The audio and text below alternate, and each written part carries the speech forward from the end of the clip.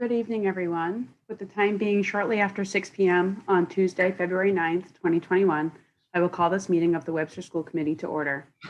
As a reminder, on March 12th, 2020, Governor Baker issued an executive order modifying certain requirements of the open meeting law to enable public bodies to carry out their responsibilities while adhering to public health recommendations regarding social distancing. The executive order relieves public bodies from the requirement in the open meeting law that meetings be conducted in a place that is open and physically accessible to the public, provided that the public body makes provisions to ensure public access to the deliberations through adequate alternative means. In this case, we're utilizing Zoom, and we've listed information for joining the meeting on the school district website. And just as another reminder, this meeting is being recorded, both video and audio, and will be posted on the school district website. The first item on the agenda this evening is the approval of the minutes from the January 26th, 2021 meeting. So moved. Second. There's a motion and a second. Lori, would you poll the committee, please? Member Millet, Yes. Member Blythe, Yes. Member Naprata, Yes. Member Adamopoulos, Yes. and Chair Siddiqui. Yes, the motion passes unanimously. The next item on the agenda is the superintendent's report. Good evening, Dr. Gogan. Good evening, everyone. How's everyone tonight? Pretty good. All right. I'm going to start my update with just giving you an update on our personnel. We have hired Kathleen Niskoski as a paraprofessional special education teacher over at Park Avenue School. We have received the resignation of Lisa DePasquale, a para at Webster Middle School. And we are currently looking for speech and language pathologists, lunchroom monitors, and miscellaneous paraprofessional positions. As you know, I am on the Central Mass Collaborative Board. I have shared with you their Q1 and Q2 reports in your school committee packet. I'd like to share some celebratory news. We had a student from Webster, Jason, who recently graduated from one of their programs. We'd like to congratulate Jason on that graduation.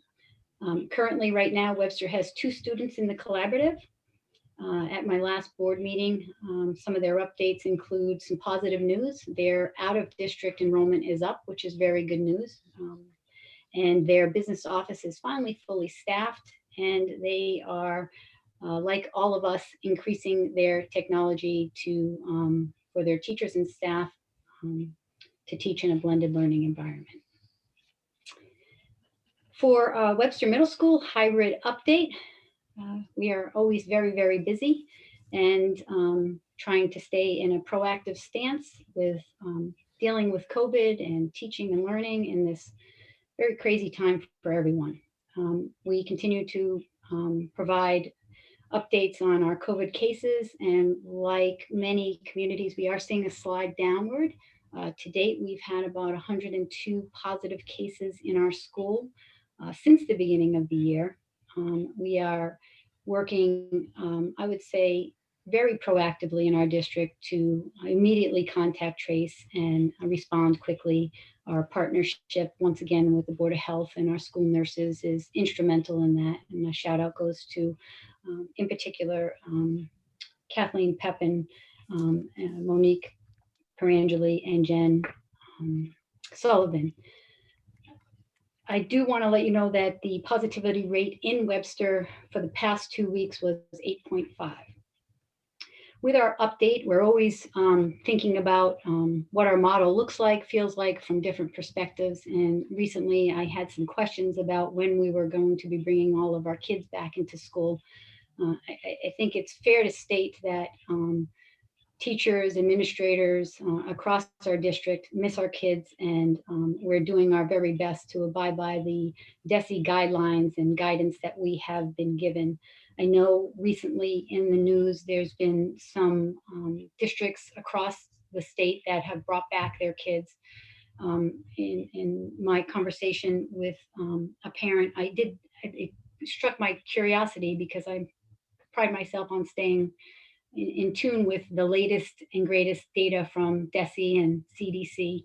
And my latest and greatest data from DESE was back in January with the guidance for student groups and events, which really pushed virtual whenever we could. I know that I meet with the commissioner periodically with other superintendents, and we're waiting on some new guidance on busing, but nothing has come through my way. I did take the step to call other districts that were bringing in kids full time, and I think we have to give some context to other districts and compared to what we're doing in Webster. So some districts are bringing all the kids back in, but they have a guaranteed commitment from at least 50% of their student population and parents that their kids, 50% of their population is going to stay home. So they were able to bring back small cohorts of kids and maintain that 6 feet distance. That 6 feet distance is kind of the key that is holding us back a little bit. Unlike some districts, Webster's been providing a full day of learning with students coming in since September 22nd.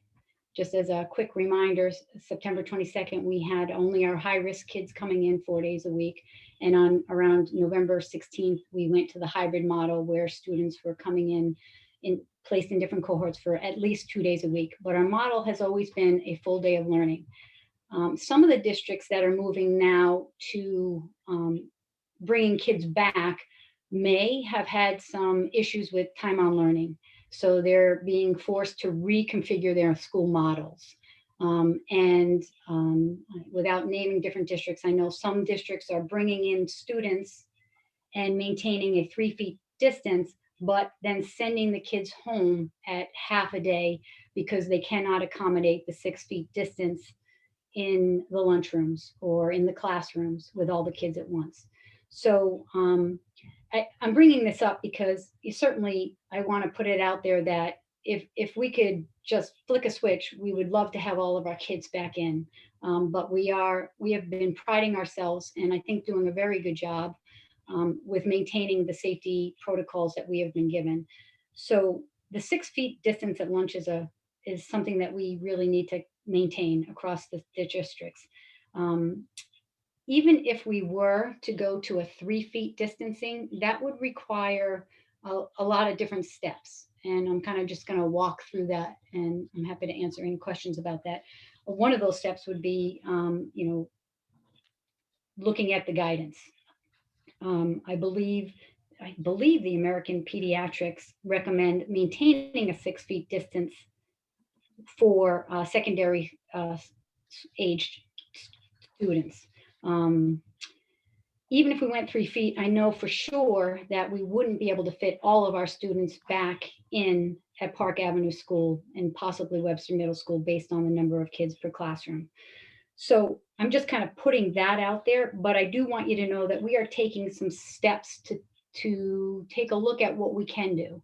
I know that Bartlett High School has opened up and invited over 80 students back into the building because they can safely fit those kids with the 6 feet distancing in, and they've put some outreach out for them. I know that we are in the process of drafting a letter that will go out to families of children who are in a cohort A, B, or C, but not coming to their in-person learning days. So we want to know from those parents, are you deciding to go full remote for the rest of the year so that we can open up those seats? There are some waiting lists at the Park Avenue Elementary School, and I believe at the middle school as well. So we're in that process. We are also in the process of waiting for DESE guidance. And I am pleased to tell you that our union president, Ellen Jeffers, and myself co-signed a joint letter with Worcester area superintendents and union presidents and that we sent off to the governor to try to expedite the getting our teachers and educators vaccinated. We're hoping that things change, and we're constantly looking at how we would adapt to that change. The one thing I do want you to hear loud and clear is we have had a pretty strong model of a full day of learning. Um, I'm not inclined to have a half day of learning and send kids home for lunch with our student population. As you know, we feed all of our students for free. Um, we don't want to disrupt patterns for parents that are working. And if kids only came to school for a half a day because they couldn't eat lunch, that would really disrupt a lot of families with working schedules. So there's a lot of different things involved with that. But I do want to put it out there that certainly I think we've demonstrated that we continue to look at modifying and meeting the needs of our students. One other thing that I didn't mention, we've had an extremely collaborative relationship with our union, and I'm very proud of that in our district. And I know that a lot of other districts have not had that kind of working relationship. We have had the understanding that we would stick by the 6 feet. Moving to anything less than that would require discussions with the union as well. So all of that's on our plate, and I'm happy to answer any questions from the committee on the hybrid model, where we stand, or hear from you on any suggestions on what you'd like to see happen.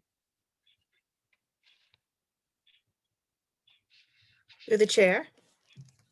Yes, Mrs. Naprata? Yes. That's so right. I mean, I think that the model has been working from what I can see.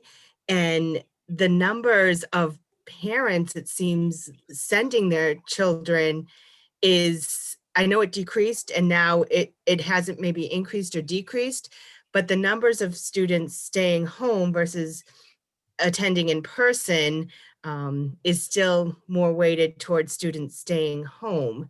So my sense is that the concern regarding push for more in person is coming from those fewer parents, let's say, whose children are attending in person, and maybe they want to increase from 2 days to 4 days. So my sense, and I trust that that's what's being kind of discussed behind the scenes, is if that is going to be a possibility at any point.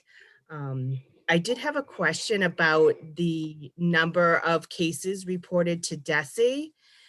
Because I know that you're currently tracking a lot of information, and that's what's reported on the weekly dashboard. So I know what DESE it has on their website in terms of what they're reporting to the public. So I'm just wondering about the discrepancy between the number of cases that Webster has reported versus the number of cases according to the DESE website in Webster, which is 37. So I'm going to say something, and then I'm going to pass it to Mrs. Perangeli, who does the direct contact with DESE. But it's my understanding that we report all of our numbers, whether a student is full remote or not, and then DESE reports the students that are in school. But I will let Mrs. Perangeli. Thank you. You're absolutely right, Dr. Gogan. So when we report cases to DESE, they typically ask, was the student in school within the past 7 days? Student or staff member was in 7 days. Those are the kids that they're reporting on. So they would have been in school during an infectious period within a week around other staff or students. All the others are typically remote students or have already been in quarantine. But we have to report everyone to DESE, but they're only reporting out a portion of those kids. Got it. Thank you. You're welcome. And Mrs. Naprata, just one more thing with regards to finding out if, we do track the number of students who've been pulled out to go remote. And with our decline, my assumption is that some people who have been in a cohort are going to start to come to school. But what we're doing is going to be sending letters home to get in writing that a parent wants remote for the rest of the year, so that we can take those seats for students who need to come. The spacing is the issue. I know the classrooms at Park Avenue School are maxed out, except for kindergarten. They may be able to fit a few more students. And Bartlett High School had some openings, and we took the steps to invite students back in. So things are moving and flowing all the time, and we're trying to track that data. So it's not off our radar. And what we're hoping to have happen is that our teachers get vaccinated, and that with the more vaccinations, the safety measures can still be in place, but the distancing might change. The requirements for the distancing might change. And again, I'll just state for clarity that lunchtime, that 6 feet distance for lunchtime is the key. And if we can't, there's no possible way of having all the kids back in school at once and have that 6 feet distancing for lunching. I think lunch would start at 8 o'clock and go to 2. But we're working on it. So I'm bringing it up on purpose because it's, we understand that, we miss the kids too. We do. We want it back the way it was, but we're taking baby steps. Any other questions about hybrid before I move on? Through the chair, I just have a quick question. I do feel like we're kind of back to where we were when we started the year, now trying to figure out, okay, if the plan is that maybe by the end of the year, we have all the kids going back, are we gonna set a set criteria of these, these have to be met before we can definitely get everyone back? Obviously, we have the spacing issue, but are we gonna say, so many teachers need to have vaccinations, we have to have the opportunities for students to be able to get rapid testing, because it does look like there's going to be pressure from both the state and federal government at some point to get everyone back. Is it smart for us to now work towards getting set criteria in place so that we know when we're ready to actually send the kids back? I think that's a loaded question, because the criteria for the 6 feet lunches haven't changed to the best of my knowledge. And that, I know that the federal government, and there's talk about getting the kids back in school, but the getting the kids back in school goes along with following the safety guidelines. So, I think all of those things have to play into it.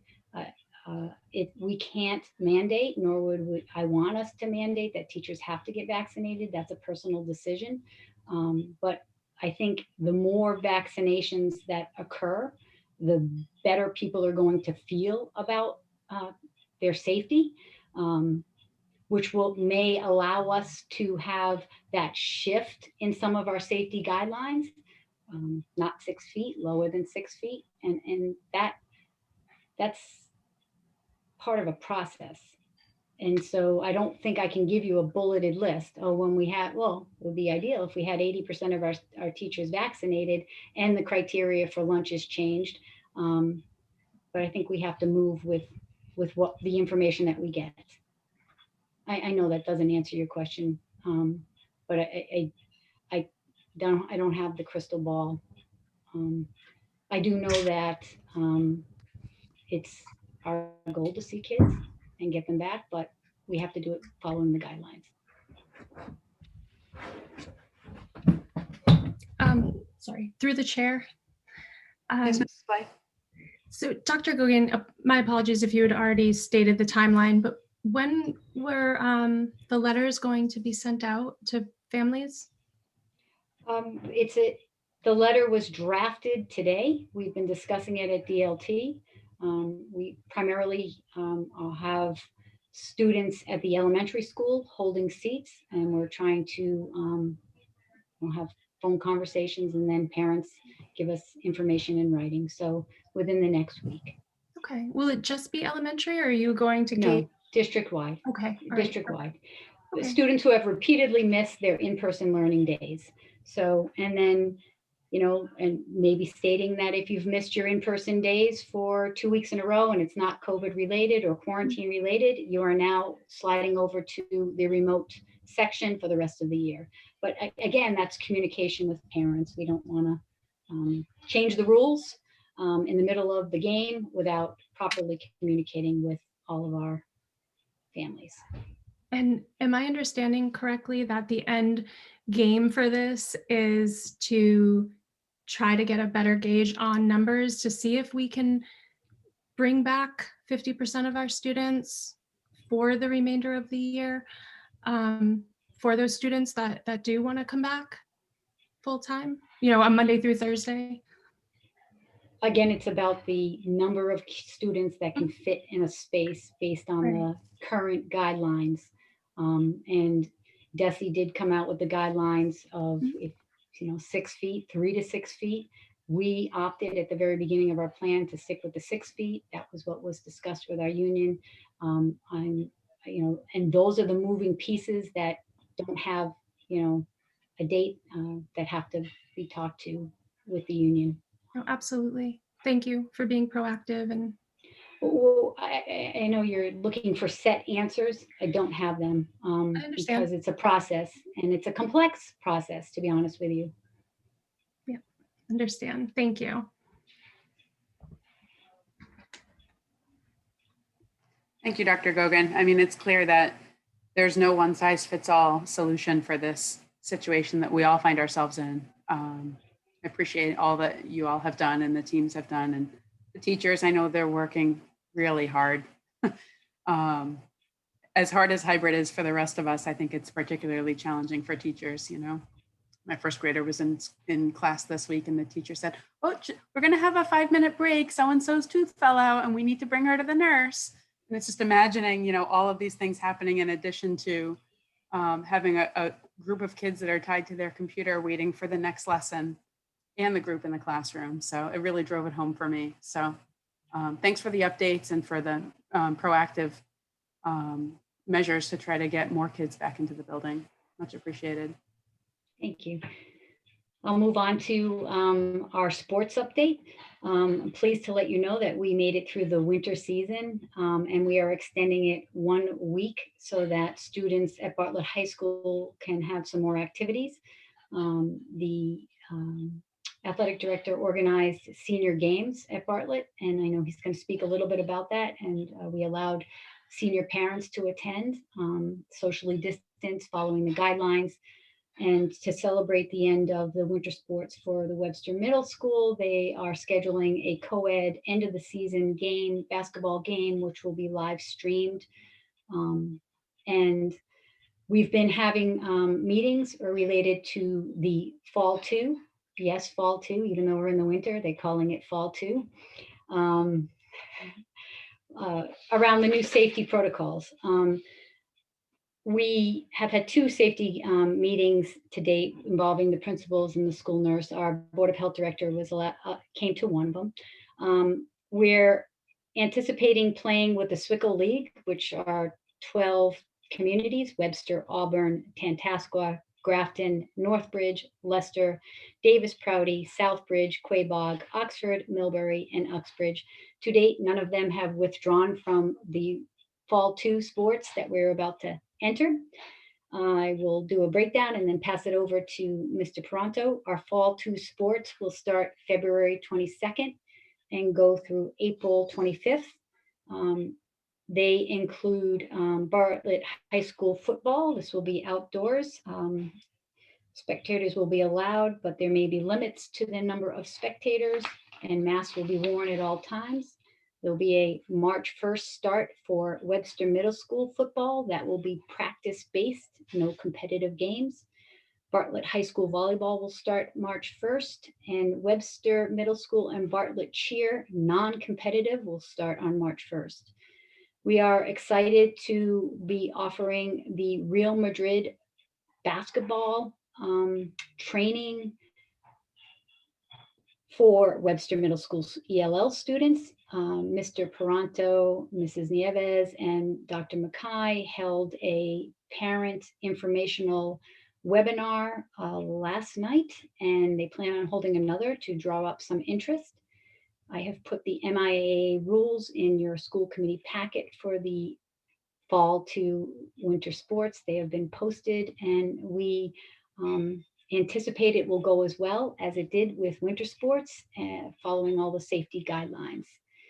Mr. Peranto? do you want to add to anything about fall 2 sports? No, I think you hit it all. We're excited. Obviously, we had a great winter right now too. We still have another remaining week here. We still have 2 more games. A game tomorrow. Boys playing at home, girls on the road at Uxbridge, and then Thursday, vice versa. Girls will be hosting their last home game, and boys will be on the road at Uxbridge. Like I said, everything went pretty well. We're looking forward to the fall 2 season coming up. And obviously with all the new protocols and the modifications that change daily, I'm not going to bring up a few of them that started yesterday and today. We're looking forward to our football program, volleyball, cheerleading, getting involved with something that they missed during this past fall season of 2020. And then we get spring right around the corner. Spring will start up the Monday right after vacation week. So the indoor track people are going to kind of miss out on it all because we just don't have the facilities for it. And our 2 schools, Tantascwa and Northridge, that we lean upon for indoor track are not allowing outside towns to come in. So we've elected to move to omit for indoor track, and then we're looking forward to our outdoor track season that will take place in April.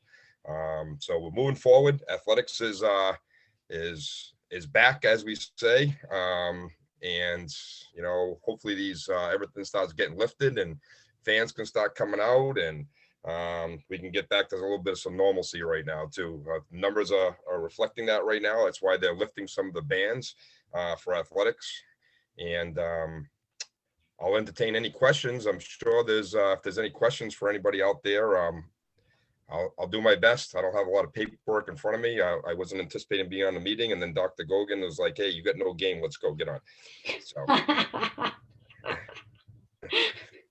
Through the chair, I don't really have a question. I just have a comment. I wanted to thank you, Tony, Fran, Ruthann, Mo, the whole team for just rallying around the kids and making sure that sports is happening.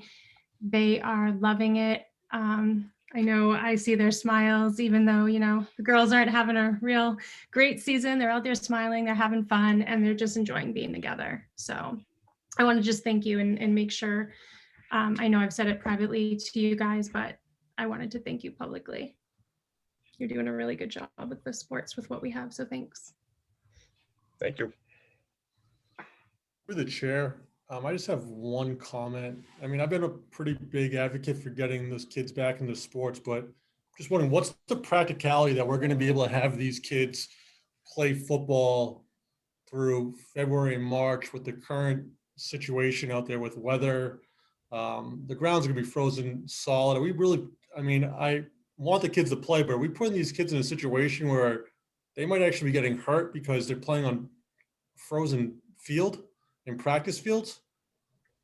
All right, that's a good question there, Nick. And all the meetings that I've been through, state meetings, district meetings, that was obviously a concern throughout statewide right now, because Eastern Mass is kind of spearheading this even more. And we know that Eastern Mass hasn't gotten the snowfall that we have gotten around here.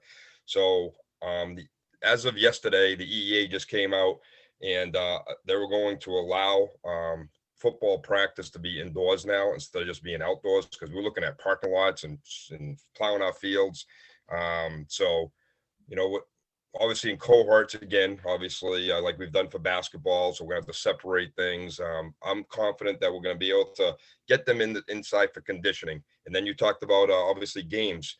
So we're looking to lean upon our local schools that have turf fields. As we know, the turf fields aren't the turf fields of old. They are going to be cold. Obviously, it's going to be cold out there, but we're not looking to start the games up until like about March 19th. So we still have another month. Hoping that things warm up a little bit at that time.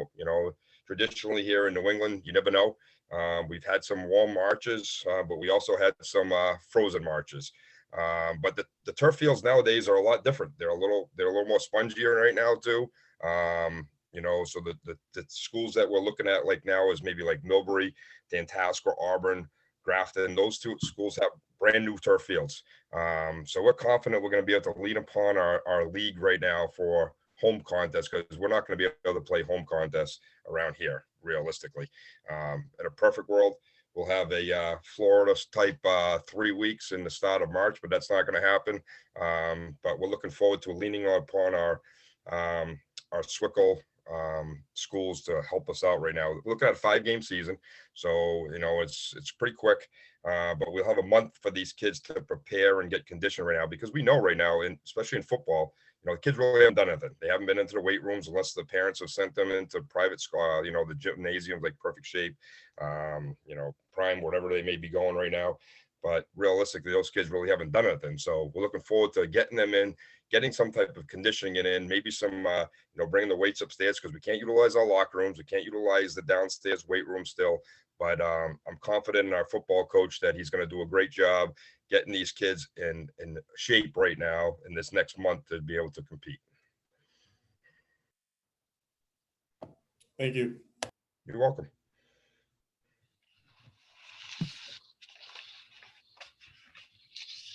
I'm going to move on in my report. Is that okay?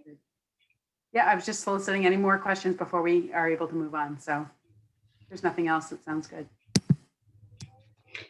Other updates are district and school report cards are posted on our website, and principals are sending them out as well. And other updates are tiered focus monitoring process, which has been very, very extensive. Has involved a needs assessment and program evaluation of Title I, Title II, Title III, and Title IV. And this is actually helping us with all of our planning and bringing forth lots of conversations on our district leadership team about equitable access, different types of pathways. And I'm going to toss it over to Dr. Mackay to share a little bit about her first year in her role and how this process has helped her. And Dr. Mackay? Thank you.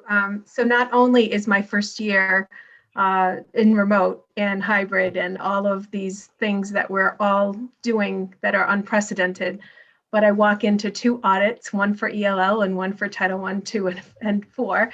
And so it's the best, and I was told this is the best way to learn. So it actually has been great to learn. Through this process, we just submitted our documents on Friday, and through this process, one of the pieces that I'd like to talk about tonight is the work that we're doing at DLT level in solidifying some procedures and providing some cohesive way to let families know how we feel about the importance of their collaboration with schools. Not only, is it involvement it is, coming to events and participating in school. Engagement really is 2-way, and it really involves the school seeking out input, providing supports to families to understand better the academics and how they can support their children's learning, but really engaging families in their input and the value of families' input into some of the decisions and programming that we make.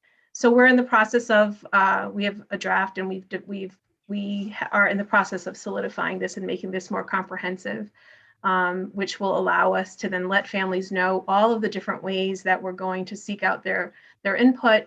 I'd like to highlight a couple. We're making updates to the website.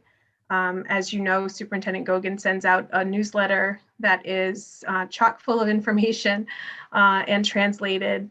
The schools have different methods of communicating with families, and we've had to get really creative because we're not so reliant on the paper method this year because some of our students aren't in school. And so the schools are using their websites, they're using email, they're using Class Dojo, they're using different forms of social media. And when we send papers home, then those students that can do so, do so.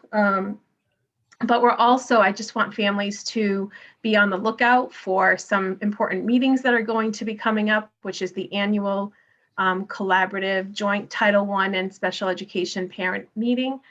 This is a requirement for parent engagement, both through special education and through Title And in addition, the schools will be sending out some surveys, gathering input from families. So we're trying to gather input, and we've done this through different surveys this year so far, but this is very targeted to programming and ways that we can communicate with families in an effective, equitable way. We're translating things as we need to. And so we really want families to consider us as partners. I have some encouraging words. Participate in virtual meetings if you're families. Participate in the virtual meetings or events. Keep us posted with current numbers. Keep us posted with what's happening with your students so that we can best help them, and become involved in the different groups, the different school councils, the LPAC, the CPAC. So we're here. We want your voice. Your voice is important. Thank you, Dr. Mackay. I also want to give a shout out to Mrs. Kathleen Barris, who's been working with you on all of this, and all of the people in central office. And a shout out to Michelle Budney for helping with project management. This has been a big project for your first year, and I think a nice lens to take as we proceed to continue to make improvements across the district. You've done a great job. Our family engagement protocols for two-way engagement is in the school committee packet for you to take a look at. We will be sending that out to our families, and families will be seeing more about more surveys coming from our district office and schools in the future. Thank you so much. I will move on. I have a lengthy report tonight. We are very busy with the excitement of the Bartlett High School renovation project, and we've had several meetings to date. Last Friday, Ken Kovacs came over and met with Bartlett High School teachers to kind of share what the educational visioning would look like, and to stir up some more interest for our Educational Visioning Committee. The Educational Visioning Committee is meeting tomorrow and Thursday for 2 hours to begin the process, and right after school vacation for another series of meetings. We have a number of teachers and staff on there from across the district, and that's exciting. I'm sure Mr. Thomas is going to speak a little bit more about that. As we're beginning to see the decline in COVID and the steps that we need to take on trying to get back some of the things that we had lost, we're reaching out to some of our partners. Our partners are reaching out to us.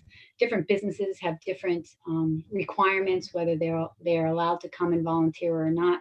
Unfortunately, Mafre is not allowed to come into our school to volunteer, but we're beginning to partner with them again, and we're in the process of working with them for our Read Across America Day on March 2nd. A bunch of volunteers are recording stories that will be shared with the Park Avenue Elementary teachers. They picked up some books, and they won't drop them off because we did paper copies. We're doing our bi-weekly or bi-monthly meetings with my partners over at Mafre. Some of the things that we're talking about, just to that we want to pick back up, starting a Best Buddies chapter. Our 18 to 22-year-old teacher, Kim Festa, is very interested in getting that up and going. She's working on that. We have, as you may recall, the One Goal partnership, which we got through Mafre with some of our students over at Bartlett High School. You're going to hear a little bit more about that tonight. We have, for the past 3 years, had a partnership through Mafre with Boston Children's Hospital injury specialist preventionist. She's willing to do some virtual safety training, and we asked that maybe that go closer to the spring because we're pretty busy in the schools. Real Madrid is a partnership from Mafre, and they're looking to pick up the conversations about the innovative project that we had talked about with involving teachers and students on tracking our carbon footprint. So a lot of this is beginning to stir up again, and I am pleased to have that partnership as well as the many others that we do in our community. And finally, almost finally, I do want to let you know that Webster Middle School and Bartlett High School will undergo a TSV, a total site visit from the American Institute for Research this year. And if you've been on the committee for a while, you're familiar with that. They come into the school. This will be virtual, all virtual. They'll do principal interviews and teacher interviews and virtual observations and put together a report for us, which we will share with you when we get it. And I had shared at the last meeting that we were looking to facilitate more teacher-led professional development and professional development led by teachers in our district. And our last Friday, February 5th, half-day PD was very successful. I won't read the grid to you. It's very comprehensive, and it is included in your packet. And I believe that concludes my report. Very much, Dr. Gogan. Are there any questions or comments from the committee? No, we already asked them all. The next item on the agenda is the business manager's report. Good evening, Mrs. Perangeli. Good evening. I'm going to make you all real happy and be nice, short and sweet, because I'll be taking up some of your time later on in the meeting. School building committee update. As Dr. Gogan said, we are working through our educational visioning process.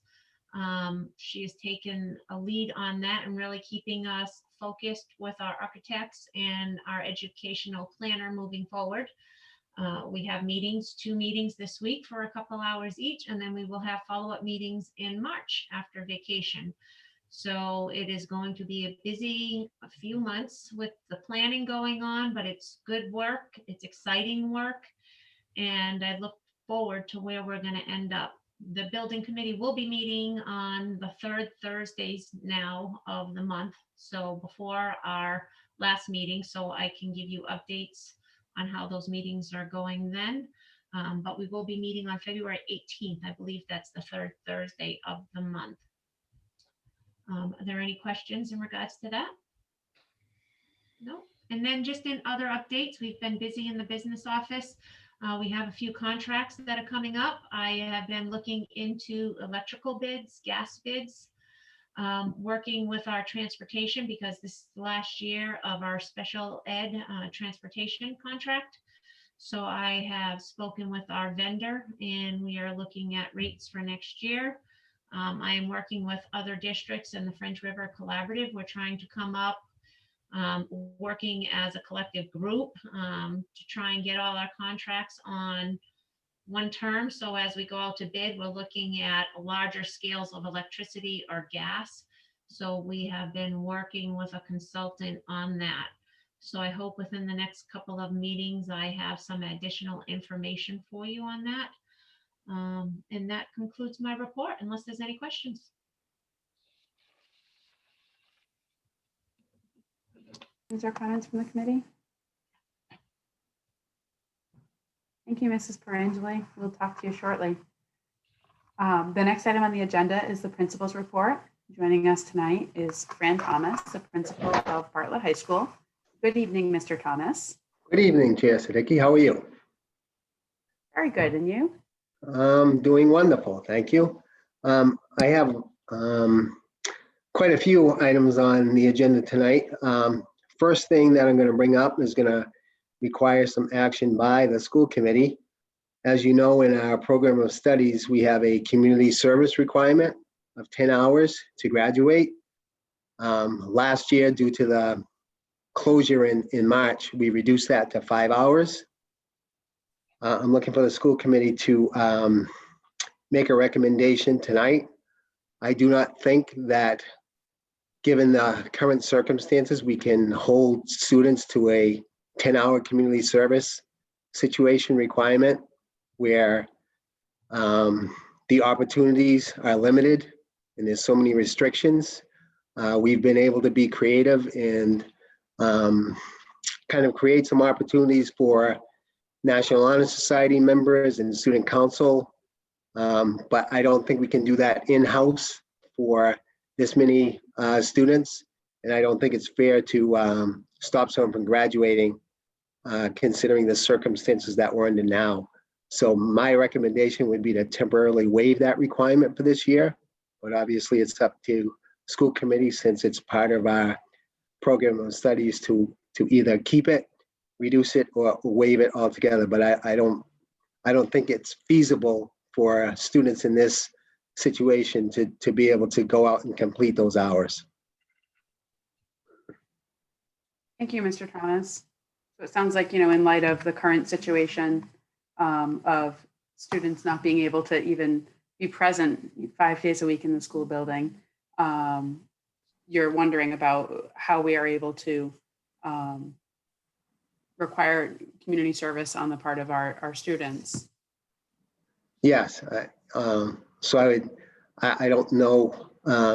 You accept the program of studies, that's a requirement thereof. So I don't know if it would require a motion for you to waive that this evening. I don't know your bylaws well enough to know that, but I think I had to go through you first, then, without me unilaterally saying it's not a requirement this year. Mm-hmm. Well, considering the multitude of changes we've needed to make because of this pandemic, I certainly wouldn't want our students to suffer and to have to worry about something such as volunteer service during such a time. Lori, do you think that this is something that we need to put to a vote? Sorry to Well, put if you you're on the going to spot. vote on an item, it would have to be a separate agenda item. It can't be embedded in a principal report. Okay. Is there another way for us to deal with this tonight, or should we table this and revisit this at a future meeting? It would have to be at a future meeting and be asked to be put on the agenda. Okay. So, Mr. Thomas, I think for this evening, we can certainly, I at least can acknowledge the significant challenge that community service hours presents for students this year. And we can put that as a separate agenda item on a follow-up meeting, the next meeting that we meet again in 2 weeks. Okay, great. Thank you. If there's any, sorry, Mr. Thomas, if there's any additional information that you want to share with us, leading up to the next meeting, just feel free to send it over to Lori and Dr. Gogan, and then we'll be glad to discuss it next time. Okay, thanks. Thank you. You have in your packet a narrative from the Dell WPI challenge, and I thought that it would be better coming from someone outside of our organization than for me saying that it went well, but obviously you can see from the comments that the presenters and people involved at Dell were very impressed with our students, and they did a great job. And part 2 of that is occurring tomorrow. It's a field trip, a virtual field trip, of course, to WPI as part 2 of the STEM soft skills part 2. Our students are going to have access to the Assistant Vice President for Enrollment and Management, the Dean of Admissions and Financial Aid, and the Associate Director of Collegiate Outreach Programs. So it is a great opportunity for our kids. There's also going to be WP alumni there and current students explaining all the opportunities at STEM at WPI and how they kind of got involved in that and the careers that they're pursuing. So again, I think this is a great opportunity for our kids. Yeah, I'm glad that we were able to provide this for them. It's a pilot program, and I'm hoping that it will go well so that we will be able to continue that in the future. Dr. Gogan mentioned one goal before. There will also be another virtual field trip tomorrow for our one goal students to convene with other one goal students throughout the state. And I hope Mo recognizes that these virtual field trips are saving her money on buses. So we have a few going.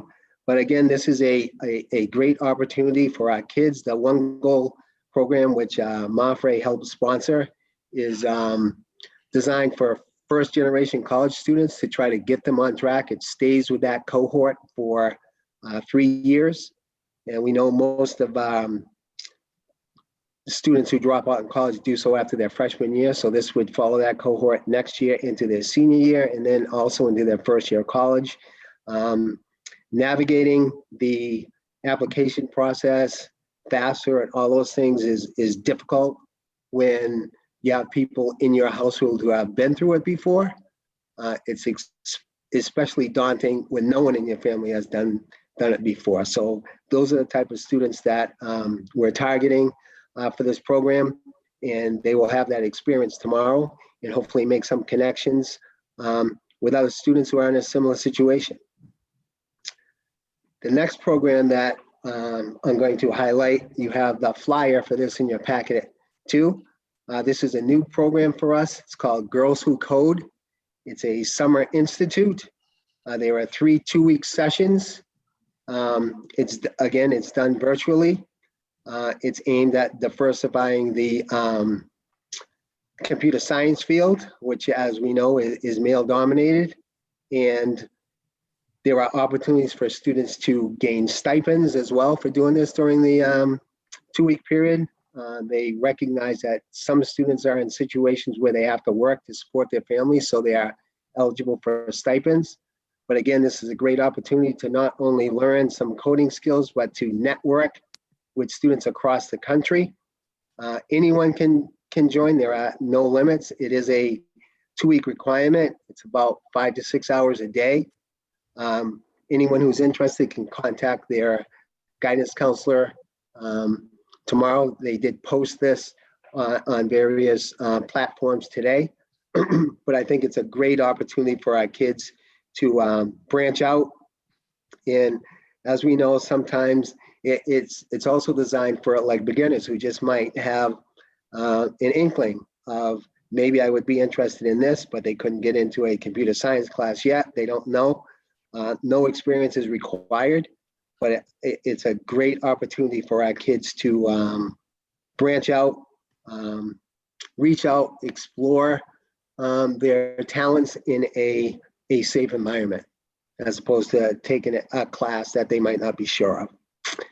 And then the last thing, this is not in your packet because we weren't notified of this until after the packets went out. But on last Friday, we were notified that Bartlett High School was awarded a $40,000 grant from Project Lead the Way. This will pay for engineering courses and PD for teachers to take to learn how to teach those courses. Project Lead the Way is a nationally recognized platform. It's all about hands-on projects. This fits into our advanced manufacturing pathway. There will be 3 courses that students will be required to take, but it also fits into students who are interested in engineering, because if you take all 3 courses, you get an engineering certificate.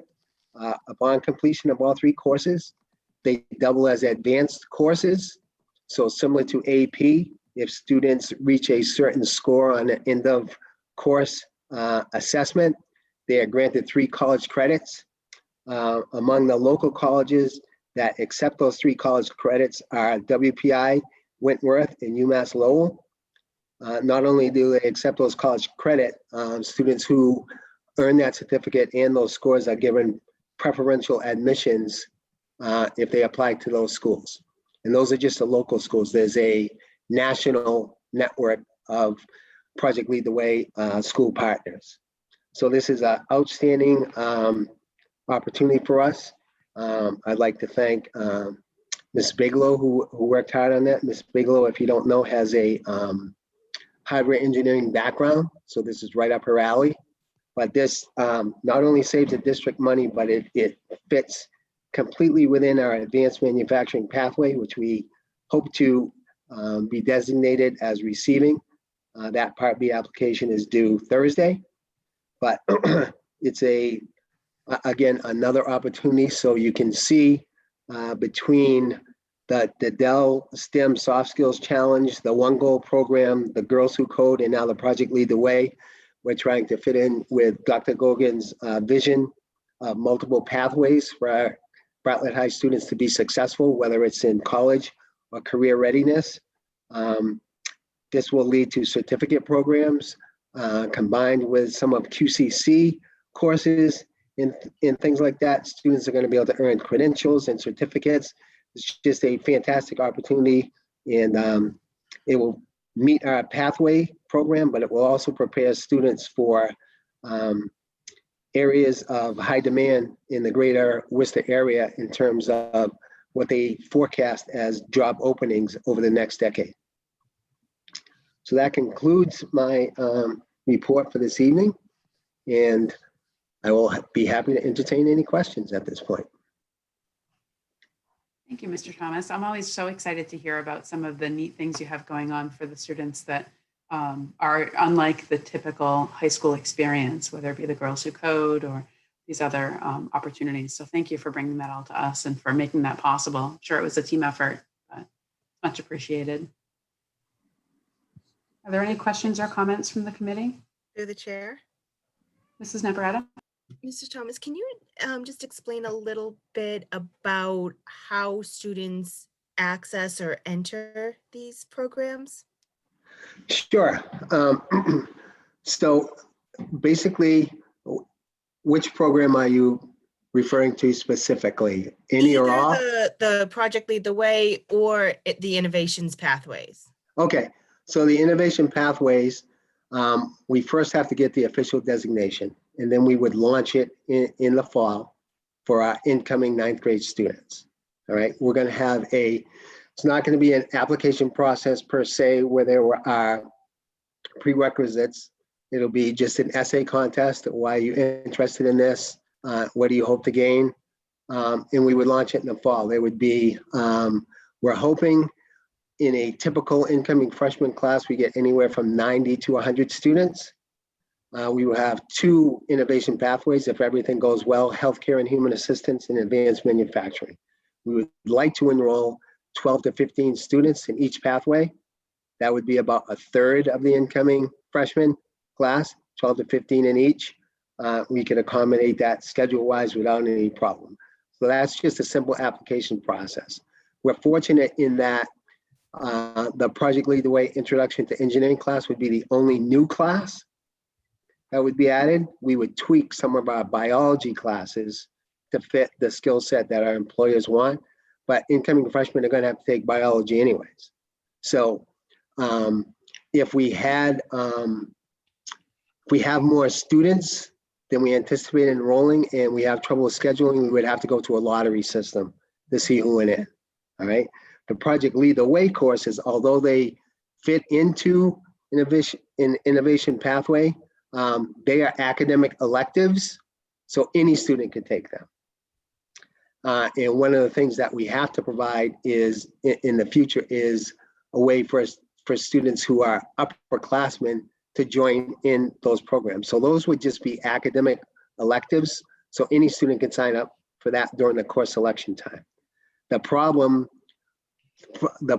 it's kind of a problem, is we won't necessarily know that we got this designation by the time we have to prepare our program of studies in the course numbers and all that stuff, and coding them with EPIMS for the state. So the state kind of compressed the time frame this year, in that we received a planning grant that usually takes a year to plan all these things out, but they gave us a planning grant, and then about 6 weeks later they had the Part A application due, and now the Part B application is due Thursday. So everything didn't line up in terms of having everything solidified. So a lot of it is going to be, I don't want to say make it up as you go, but fit it in as you go. So we're hoping to get the designation. Those notifications are sometimes in April. So we're going to have like a placeholder for that for the Project Lead the Way courses. But the idea is for innovation pathways is there are no prerequisites, there are no barriers to provide supports for students who enroll in this and help ensure that they are successful. Dr. Gogan has allowed for us to have a part-time career innovation pathway coordinator for next year, which I hope will grow into a full-time position as these pathways mature. But part of their responsibility will to be a liaison between our industry partners to bring back some of those skill sets that they will need going forward, because there is definitely a pipeline that's not being filled by the vocational schools right now, and there's a high labor demand in those areas. And just to, students will receive a trade certificate after they've completed all the courses, correct? Yes, In addition to their high absolutely. school diploma. Yeah, and the kind of like it's a long ways out for now, but the best thing about the innovation pathway is students have to have a worksite experience, an internship. So it's pretty easy to envision coordinating dual enrollment courses with QCC, employers, worksite experiences to have students who are ready to enter the workforce immediately upon graduation, or have an employer who's familiar with that student and saying, go on to QCC and get a credential in this, and you can move forward into this position. I mean, there's a lot of opportunities there, and we've had great success, particularly in advanced manufacturing, in local businesses saying that they want to collaborate with us. And you may have said this, but when will you know if all is set to move forward? Well, the property application is due on Thursday. Then there is a kind of panel review. Then they meet with our team and interview us again for any clarifications of anything, which is really like an opportunity for us to clarify anything that we put in there. And then they tell us when they tell us. Like, you know, like it's a state. They don't. We don't get to dictate. You know, what they do. The reviewers are people who have been on board from the beginning. So I'm confident that we get our application in complete, that it's going to look good for us. It's a competitive grant, but it's not competitive from the standpoint of there's X amount of dollars in the pot and there's only so much to go around. There's an unlimited amount. If you meet the criteria and they think you've done a good job, you'll get the designation. And I imagine any parent forums or informational sessions would need to hold off until we have the final word. Yes, we have to have a recruitment strategy as part of the application. They want to know how you're going to disseminate this information, particularly to some target subgroups. So that is part of it, but like we say, everything is kind of put on hold until you get that official designation. Thank you. Are any other questions or comments from Mr. Thomas from the committee?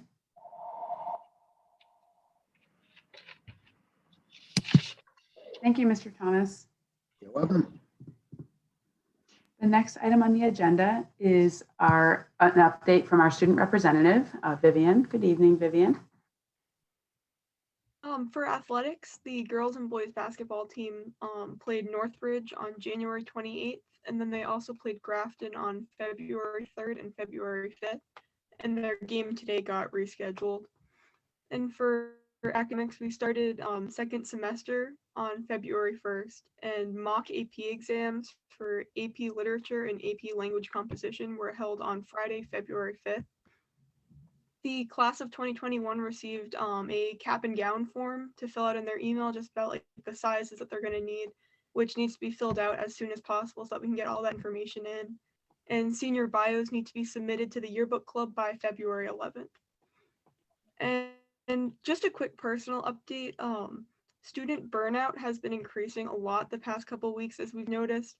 And I brought this up in a couple meetings ago, but I think that the problem has only gotten worse as we keep progressing further into the year, and it's caused a lot of frustration among students. And I think that this is all just because of burnout, this mental health crisis. And from the very start, it was acknowledged that our current schedule wasn't meant to be sustainable because it requires so much self-motivation and it requires students to be on top of things on their own. And as the year continues to go on, I think I speak for everyone when I said that we have mostly lost all of our motivation. And it's hard to stay in the exact same schedule every single day because our schedules don't rotate. I feel like that is a big factor, that we sit through the exact same classes in the same spot every day, and that gets really tiring.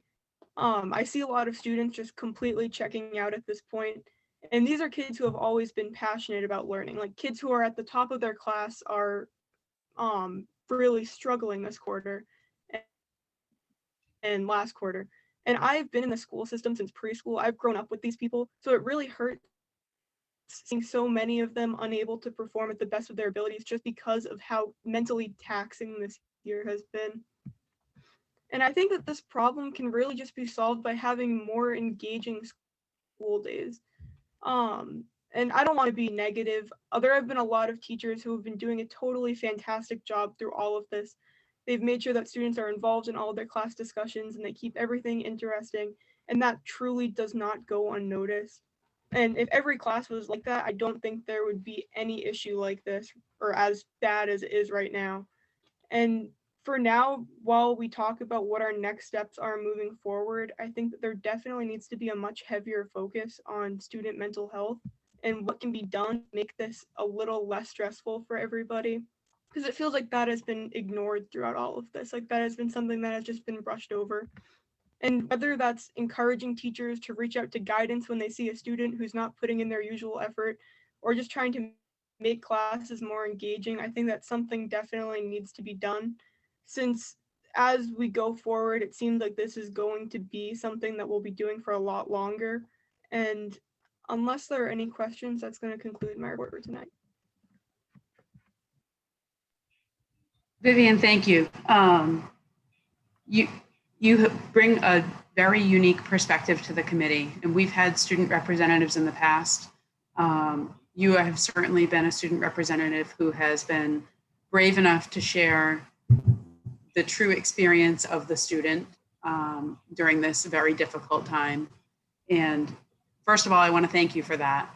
But second, I also want to acknowledge that this isn't the first time that you've brought this up to this committee. So at this point, I mean, I would be interested to, we're not going to solve this issue here tonight, but I would like to make a recommendation that we put a plan together to at least get the folks around the table that need to talk about how we can impact this. And perhaps when we get together next, we can have an update on some progress around that. Dr. Gogan, it looks like you want to say something. I do. Vivian, I just want to thank you again for your courageous voice. Don't ever lose that. But I do want you to know that there's a lot of behind the scenes work that has been done this year to address and maintain attention on our students and their mental health issues that maybe students don't know about. But I'm just going to tap on a couple of them. And I agree with you that there's always room for more. But there isn't a meeting that I don't have with the district leadership team that we're not tracking connections with kids. Who have we lost connections with kids, and how are we going to build the relationship with families and students that are not finding success in this model? So those kind of behind the scene things are happening, and I do want you to know that. We've made a concerted effort this year to ensure that we found time to have professional development with our teachers around significant mental health issues with students. We've trained our counselors with signs of suicide training. There's teams at each, the middle school and the high school around that. We have also done some fun PD with our teachers on how to engage students in a blended learning and how to mix it up so that student engagement increases. So we've put more, I guess I will use the word pressure on our guidance counselors and our school adjust counselors. And we've hired a family bilingual liaison to actually track their contact with high-risk kids. Okay, so tracking how many times they've reached out to the families, tracking how many meetings that they've had. So by no means has this been something that we're not addressing. There's not a day that goes by that an administrator or counselor isn't focusing on what's going on with each of our students. And every student is different. Certainly, I think I will work with Mr. Thomas and the teachers over at Bartlett to take a closer look at the schedule on whether or not that can rotate. But your voice is important. But I'm asking you from the leader of the district to make sure that the students know that your teachers care, we care. And our primary focus here has always and will remain grounded in making sure that the mental health issues of our students come first. Because as you know, if you're not feeling safe and supported, you can't learn. And so we've taken ample measures and are going to continue to do so. Thank you, Dr. Gogan. So just going back to you, Vivian. Vivian, is it okay? Oh, sorry, Mr. Thomas, go ahead. I too want to thank Viv. I talk to her frequently when she's in school. And I just want to acknowledge the difficulties that students are facing now in high school. I think there's very few people watching tonight or in person that would, if you asked them what their best memories about high school were, wouldn't say something that was non-academic. A lot of the things that keep kids grounded, that make school fun, aren't happening right now because of the restrictions that we face. I think yours is the first senior class that hasn't had a rally. A lot of you who participate in spring sports lost that last year. Homecoming dance, rallies, football games, a lot of the clubs that take place after school, student government, all sorts of things that, band, chorus, show choir, you can run down the list. None of those things are happening right now. It's all academics. The schedule that we have is extremely difficult. We had to try to devise something that would work for students who were remote, who are coming in Monday, Tuesday, who are coming in Wednesday, Thursday, who are coming in Monday, Tuesday, Wednesday, Thursday. We tried to make it simple. I agree that it's very taxing to not have a rotating schedule. I just wanted you to know the rationale for why we had it. And as Dr. Cohen said, we can take a look at that, but I do want to acknowledge that this is extremely, extremely taxing on students, and there aren't a lot of breaks that we can offer. We did just have winter sports. That's a tiny fraction. I think, and one of the things that impressed me the most about Bartlett High when I came here was the number of students who participate in extracurricular activities. It's somewhere up around 75 to 80% students do other things than academics, and most of them do more than one thing.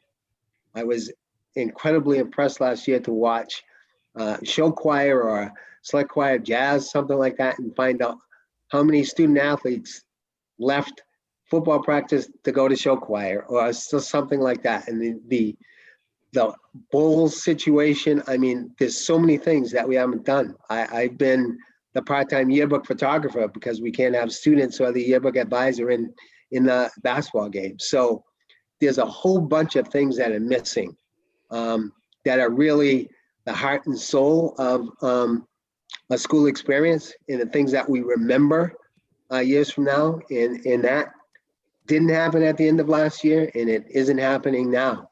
So I can certainly appreciate the burden of going to high school now.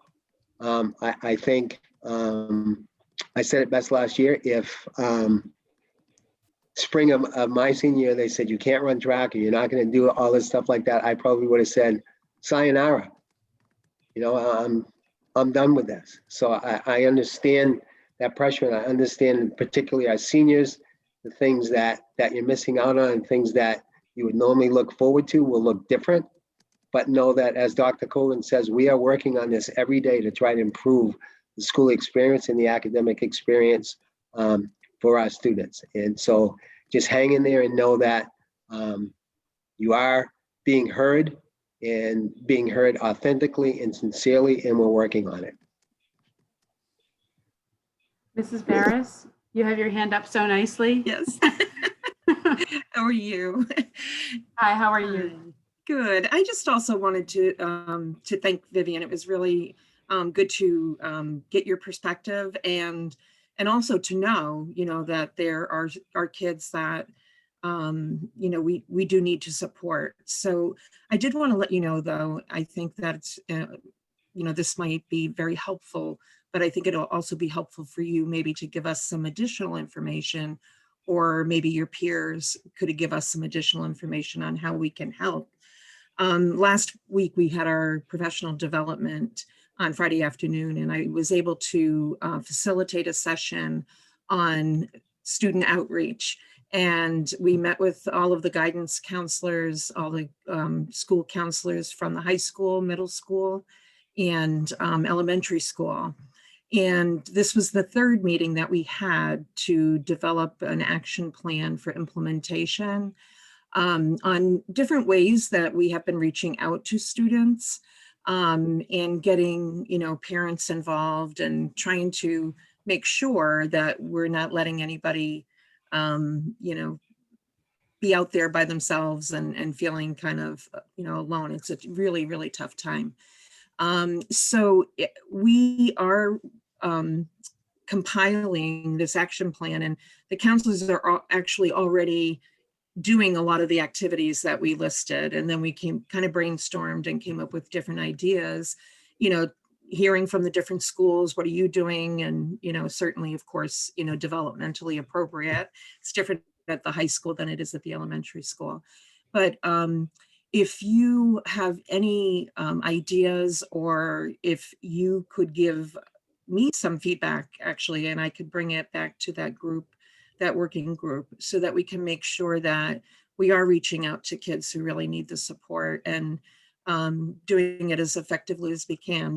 I know sometimes, the students that have been, really working hard and doing their best, and then they get discouraged. Oftentimes we don't always see that happening, obviously, if they're not in person all the time. And so it's, it would be really good for us to know, are there other things that we could be doing? I'm open anytime you'd like to email me, if you'd like to chat about it anytime you're in school.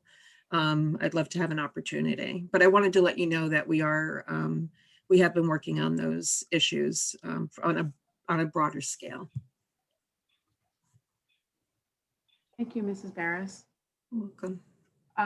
As an outsider sort of looking in here, I just want to circle back to you, Vivian. I don't mean to put you on the spot, but I think, you've brought some you've really articulated well what it feels like to be a student right now, especially a high school student. And it sounds like your peers that you're referencing, that you're watching lose motivation, are probably not the students that would be classified as high risk under normal circumstances. Is that accurate? Yes, you're nodding. Definitely. Okay. So it seems to me that, again, and I'm on the outside looking in, and I'm not here to criticize. I'm just trying to unpack all that you've shared with us, Vivian, and what I'm hearing from other members of the leadership, because it's clear that people are working extraordinarily hard to engage kids. And I know that there hasn't been anything that's gone easy this year for any of us. But there seems to be a disconnect between the population of students, Vivian, that you're referencing, and maybe the lion's share of the outreach efforts are going toward a different population who may equally need that outreach and support. But I guess a few things that I'm wondering is, since you originally brought your concern to us, to today, have you noticed, is the needle moving anywhere? Is it going in the right direction, in the wrong direction, or not at all? I've seen a lot of the guidance department has helped reaching out to students a lot more. Like, I know that some of my friends, like how you said, the kids who wouldn't be classically identified as high risk, like the kids who still have good grades but are just struggling. Those people have gone to meet with guidance counselors and reached out. So it's definitely going in the right direction. But like you said, there is kind of a disconnect between the kids who are what you would call high risk, and then some of the kids who need help but are still doing well in school. Like, they're still showing up to their classes and putting in the work, but during it, they are not handling everything well. Okay. Thank you for again, for sort of being the ambassador from the student perspective. And, you know, obviously there are certain things that we can't change when it comes to the way that this year is going, or even the way that last year ended. But I feel strongly that there are probably small things in the grand scheme of things that we could move the needle on a little bit that might equal out to a whole lot more engagement and motivation on the part of students. So I hope you take Mrs. Barris up on her invitation, and that you guys sit down and you know, maybe you might have some ideas, or some of your peers might have some ideas on little things that would be high impact things that require some effort, but maybe not a Herculean effort to pull off. And hopefully you can bring us an update again when we meet. You know, it's only 2 weeks until we meet again, even if it's just status update that you guys have scheduled something, and then the meeting after that, hopefully you'll have some, you know, some ideas or some things that you're able to implement. It's not really the role of the school committee to get involved in the day-to-day operations of the school, but the student experience is very important to all of us. And we really do want to make sure that, you know, we challenge the status quo when we can, and make some changes if it's going to make the difference in your senior year, all the better. Thank you for sharing. Do you have anything else you want to add, or any comments based on our discussion so far? No, I think that's about all that I wanted to talk about tonight. Okay. Well, thank you. Are there any other questions or comments from the committee? Through the chair, I just have a clarifying question, Vivian.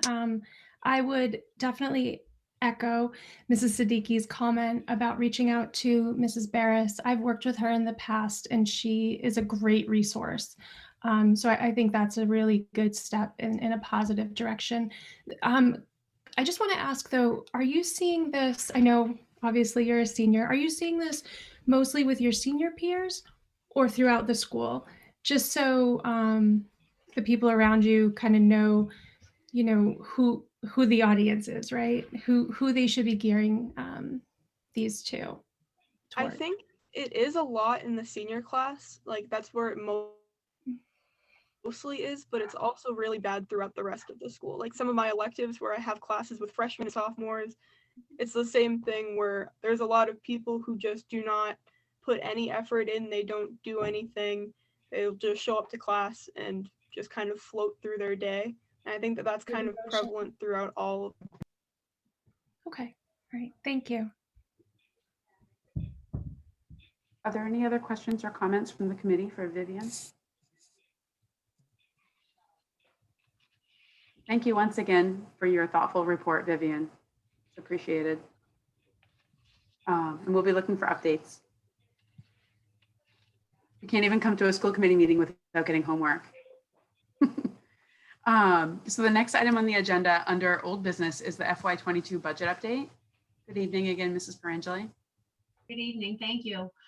Since our last meeting, the state has come out with preliminary numbers for our Chapter 70.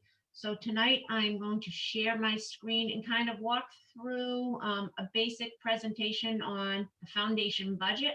I know this year it might be repetitive for some of you who have been on the committee for a few years, but we have a couple new members this year, and I think it's always good. It's actually always good for a good practice for me to walk through this and just to take a look at our foundation enrollment, take a look at where are things at, and just explore what our foundation budget is made up of. So I will share my screen, and hopefully I'm going to do this right. All right, can you see my screen? Yes. All right.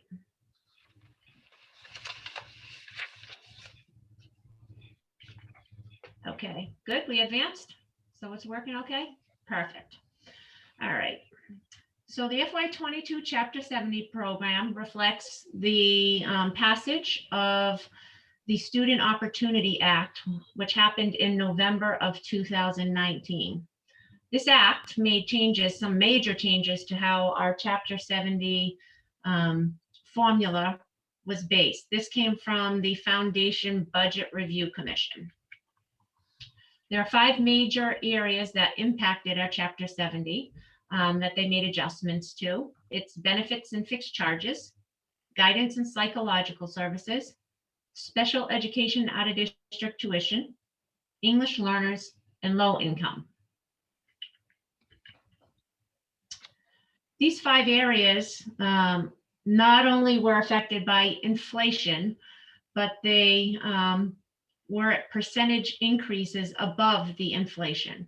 So there were proposed rate increases for benefits and fixed charges, guidance and psychological, special education, out-of-district tuition, and English learners.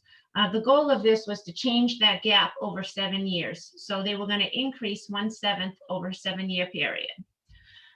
They were looking to increase the low income rates for 1/100th of the gap. So we're going to take a look at the first one real quick. And I'm giving a higher level overview, just talking about the rates and how they've changed over the past.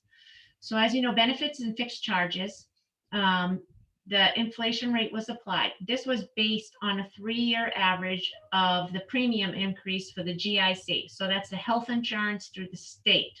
They took a 3-year average of that and got the rate from that. In FY22, that rate is 2.78%. In FY21, the rate was 2.34%. All the other foundation budget rates increase of 1.41% had been applied. In FY21, this rate was 1.99. So the rate went down a little bit. There was a lesser percentage of an increase for FY22. The combination of these rates in low-income enrollment expansion increased the statewide foundation budgets by $2.57 million or 2.21%, despite the impact of the statewide decline of 3.26% due to the pandemic. So overall, the state was seeing a decline. They still increased Chapter 70. They still increased their budget by 2.21, their foundation budgets. Part of our foundation budget is made up of our foundation enrollment. And you've heard Dr. Gogan bring her enrollment projections to you over and over again, and we've talked about the decrease in enrollment for this year. Overall, the state enrollment decreased from 938,085 in FY21 to 907,506 in FY22, a decrease of 30,000 statewide. In 153 operating districts, including 29 districts with a decline of more than 5%. So there is 352 districts, 153 of them saw a decline, and 29 of those saw a decline of more than 5%. Webster was one of those, 29. Ours declined 7.56%. So this has a major impact on our Chapter 70 funds because it works off of our foundation enrollment. Part of this formula is that they guarantee operating districts to relieve the same amount as their previous year's aid. So that would be our FY21 aid, as they did, plus $30 per pupil. So if we weren't seeing that big increase in enrollment, they were going to hold us harmless for that 1 year. We would receive our FY21, and they would give us $30 per student. Another part of the foundation budget is our special education. This act, which was previously 4.75%, they were going to reimburse up to 5% over 7 years. So they're going from 4.75 to 5%, and that percentage was supposed to happen over 7 years. They were going to gradually increase that. And for non-vocational students, they were going to increase that to 4% from 3.75. And again, these were being phased in over a 7-year period. So FY20 was our first year under this new formula. And if you look, you can see our rates for FY22 are 4.82%. Our FY21, this year budget, which we got late, they were held at the same rates in FY20. So we're almost a year behind already. This slide just looks at our English language learners. You'll see later on in the formula when we take a look at the budget, they take our ELL and they break them out over grade levels, because the way they've calculated it is that different levels requires more services or less services. So they've come up with a rate based on those needs and these other rates. It also takes a look at our low-income enrollment. As you know, we are no longer doing free and reduced application. The state looks at enrollment or low-income enrollment from direct certified through the state matches. So you see down the bottom, they take your direct certs, which we had 1,103, and then they have an average enrollment from FY16 before they went to this process. So that way districts who have a low direct certified were not hurt by the percentages of this. So as you can see, Webster is higher than what our average was in FY16. So they count that higher number of 1,103. You can see to the right there in FY21, our low income was based on 1,165. So I find, at first I was looking at that number saying, why are we seeing this decrease? Because in the pandemic, it's been a little harder, right? People are out of work, people have been home. But then if we take a look at our enrollment and what we've seen, we probably have a higher percentage because our enrollment is lower. That makes sense. So we are reimbursed on a special tier. They've expanded the tiers. It used to be 10. Part of the foundation commission was to expand this tier to 12. Webster is part of low-income group 10 because of our numbers. We're at the higher end. So our group rate is $5,108 per low-income student. And that becomes a factor when they start looking at our enrollment. And then the state has just released information on ESSER 2. In FY22, municipalities, and I bring this up now because you'll see it on our Chapter 70 worksheet as we go through. They've just released allotments for school districts. And what they have done is that municipalities can deem up to about 75% of the total grant award to its local school district emergency relief program by the Federal Coronavirus Act to supplement their appropriations on December 27th. So they can use this fund to increase any local contribution requirement in Chapter 70, but not more than the increase which is required from FY22 to 21. So it's 75% or not more than the local contribution. And you'll see that where it comes into play down in a few slides. So what does this mean for us? Where are we going in Webster? How does this affect our Chapter 70 for FY22? That was me trying to figure all of this out as I'm going through. Overall, we're seeing $56,100. That's our increase in Chapter 70, a 0.38% increase. The local contribution that we talked about on the previous slide, remember I said they could do 75% of the total contribution or up to our increase in local. So our increase in local contributions was $70,603. So as you can see, our Chapter 70 hasn't gone up much. Part of that Chapter 70, which we'll go through in a minute, is looking at our foundation budget, which is consistent of our enrollment that we talked about. The inflation was the rates that we talked about, and the wage adjustment factor. And then the state takes a look at our local contributions. They take a look at the town side of things, how fiscally we're handling our property values, our income, what the municipal growth is. In Webster, it was 2.17.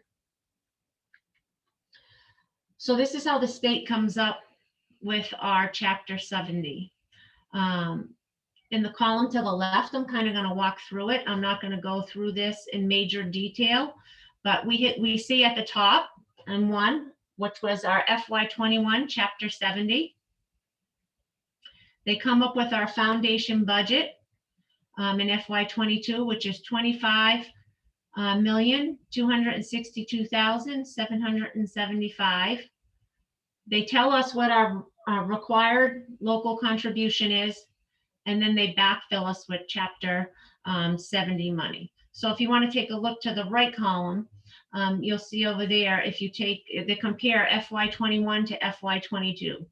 So our foundation enrollment in FY21 was 2,023.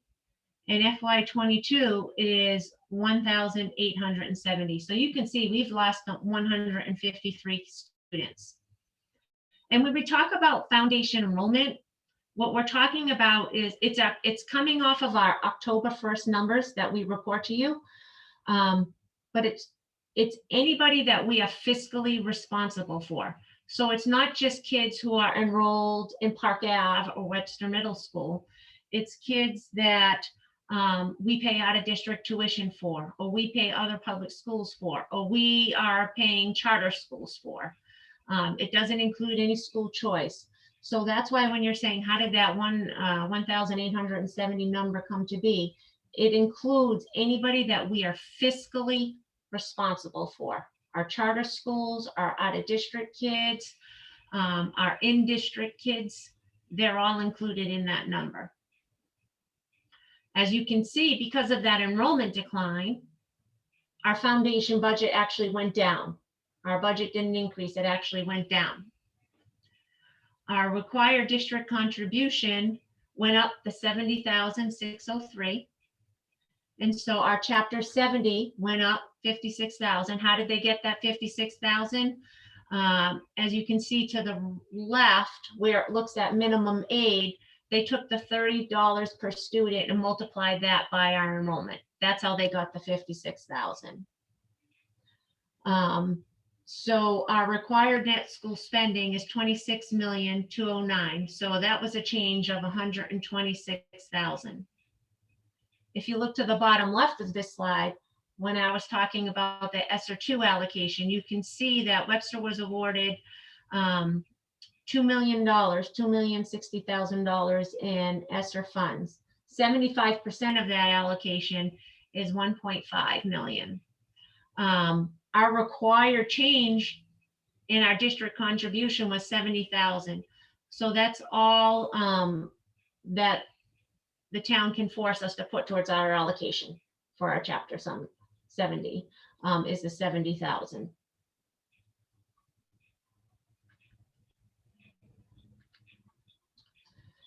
So how did they come up with the town required contribution? As I talked a little bit, they took a look at property value, income, and municipal growth.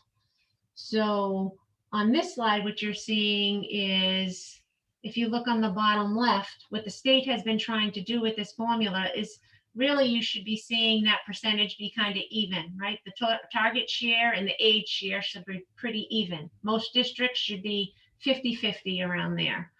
We actually went down a little bit in our local share.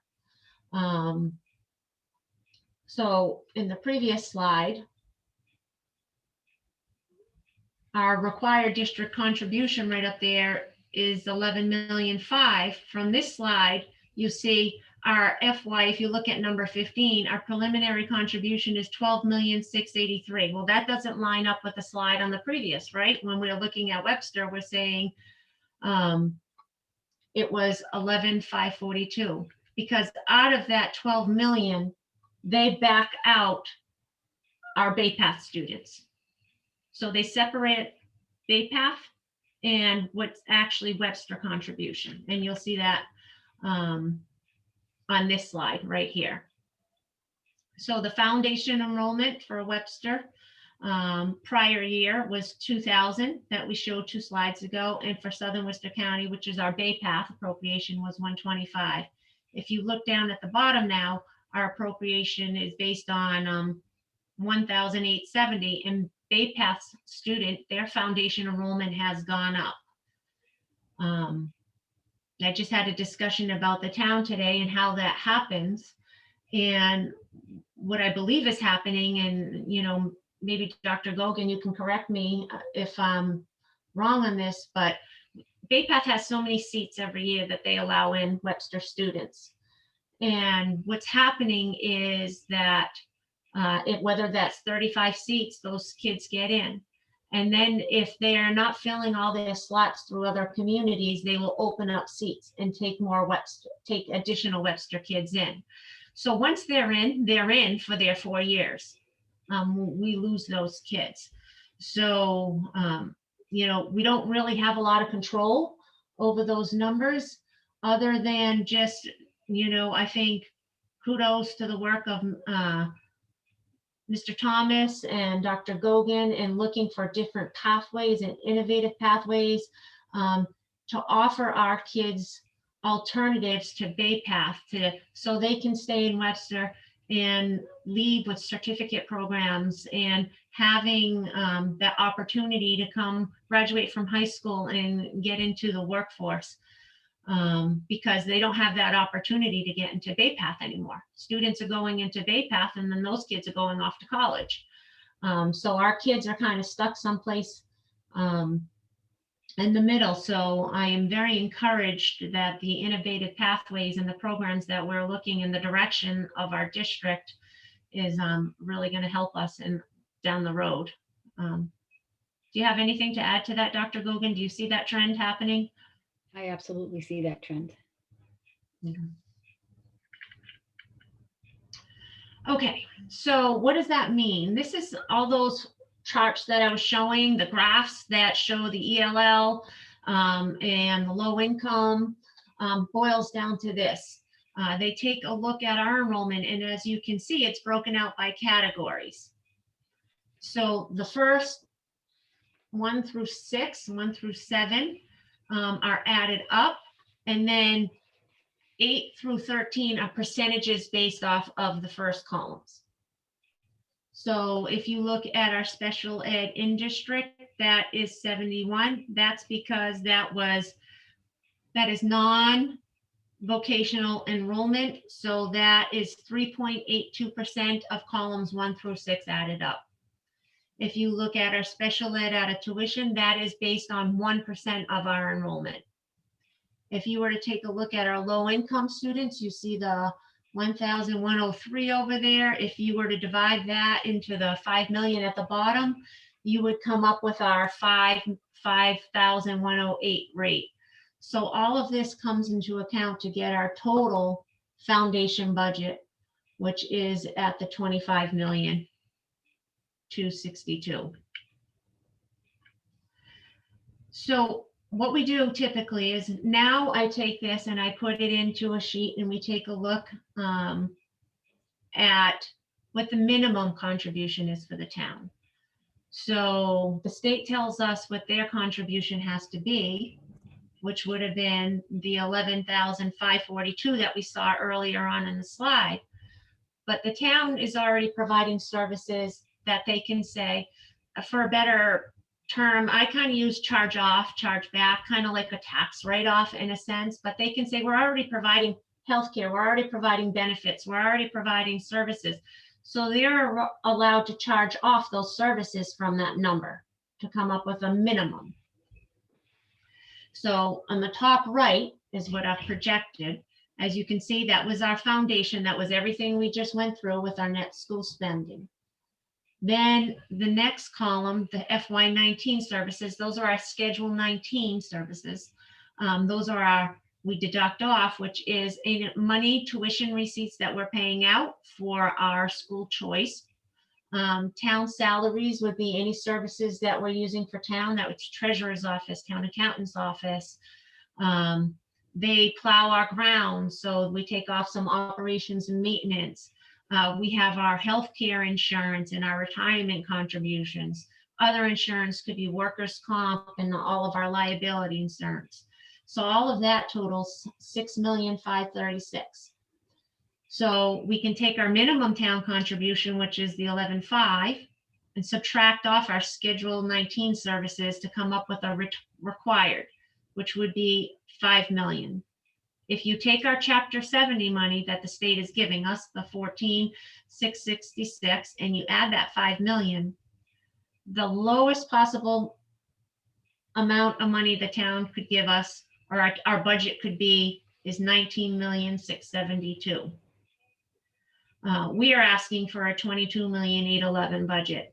I can tell you that there is nobody, I don't think, any longer working off of that minimum. The majority of the communities are well above that minimum.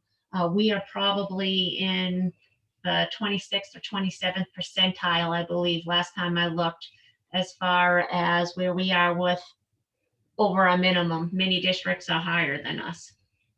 So we have requested at our last school committee meeting, we are 22,811,243 budget, which represents a 5% increase. So that is, the town is giving us 3 million over their required minimum if we were to get that budget. Here's a look at our Chapter 70 history through the state. As you can see, in FY15, there were some tough years. We got a 1.8, and then how it increased. FY20, FY21, that was the foundation review. That's the new formula that went in. And you can see where we ended up this year. We are looking at a 0.38% increase.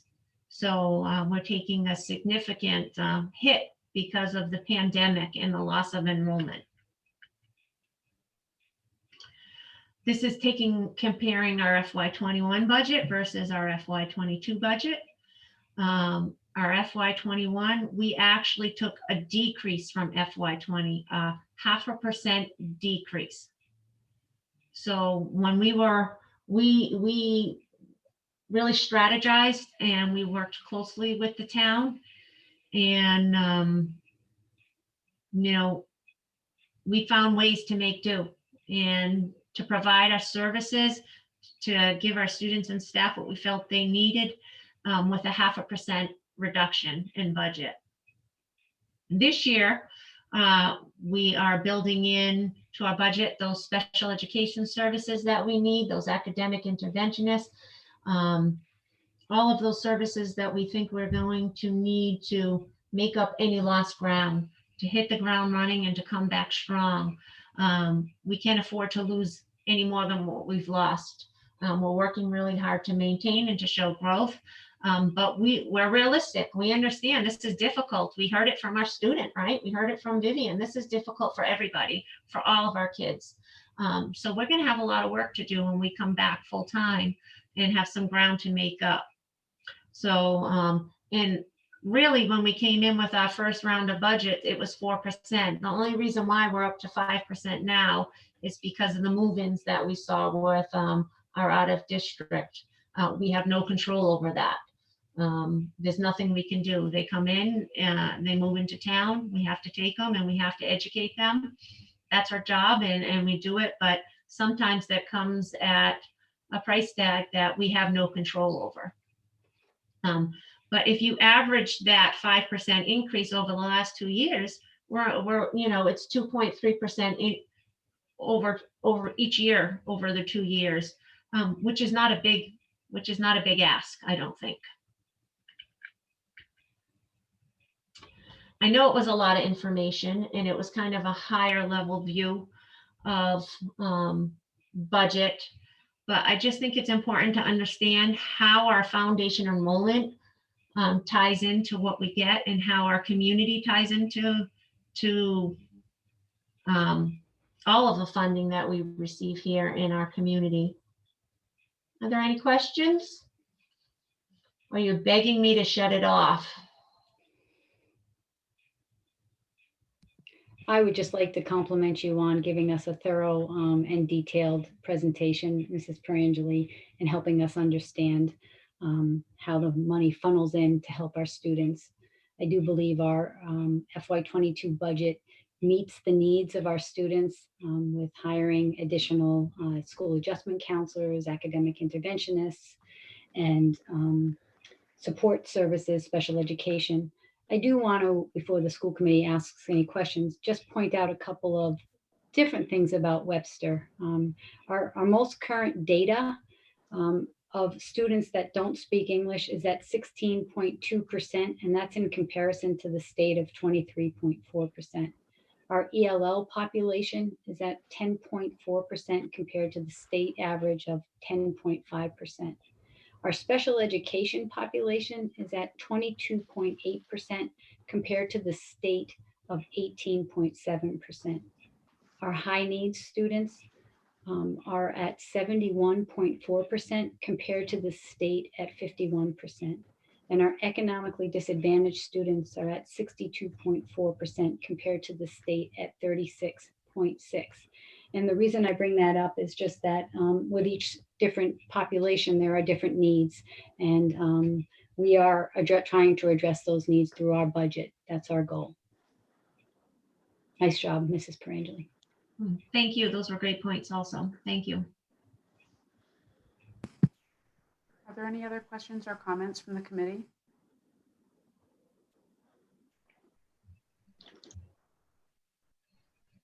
I would just like to reiterate what Dr. Gogan already said. I feel like I'm taking a school finance class when you present the budget, Mrs. Perangeli, and I really appreciate you giving us such a thorough overview so that we can understand, where the funds are coming from and what's impacting, Chapter 70 and how that impacts our budget. So thank you for that. And I know that the budgets are typically as lean as they can be. Through the chair, if I can just ask one quick question. Has the town given us what their expected budget is for the full year yet? Good question. So I just met with them this morning. They put together a rough budget, but they're not sharing it out yet. They still have to sit down and go through it with their department heads. So they just received initial requests and are putting in, but they haven't actually gone through them to figure out what they're going to include and what they're going to put in. But I know they are working through that process. Dr. Gogan and I will be meeting with them pretty frequently in the next month or two. We kind of left our meeting today saying the revenue projections are looking decent on the town side of things initially. We're not seeing any major shortfalls right now as far as revenues are going in, so that's a good thing.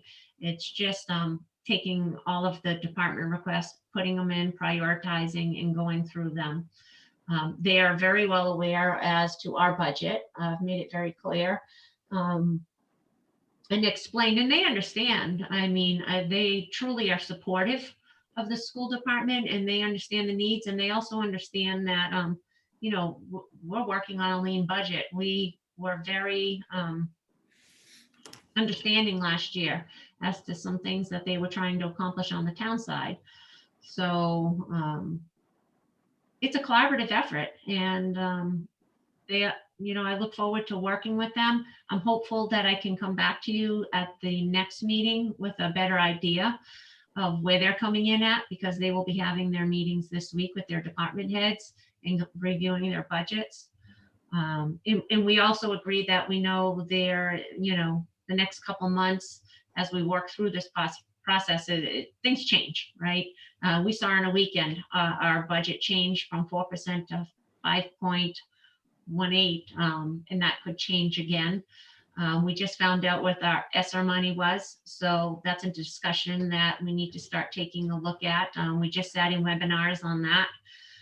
So that can impact our budget. There may be some supplemental services that we can move over to that and take a look to help ease some of the things in our budget. But until we have a better idea on where we stand as a community, I would be hesitant to make those adjustments yet. Thank you.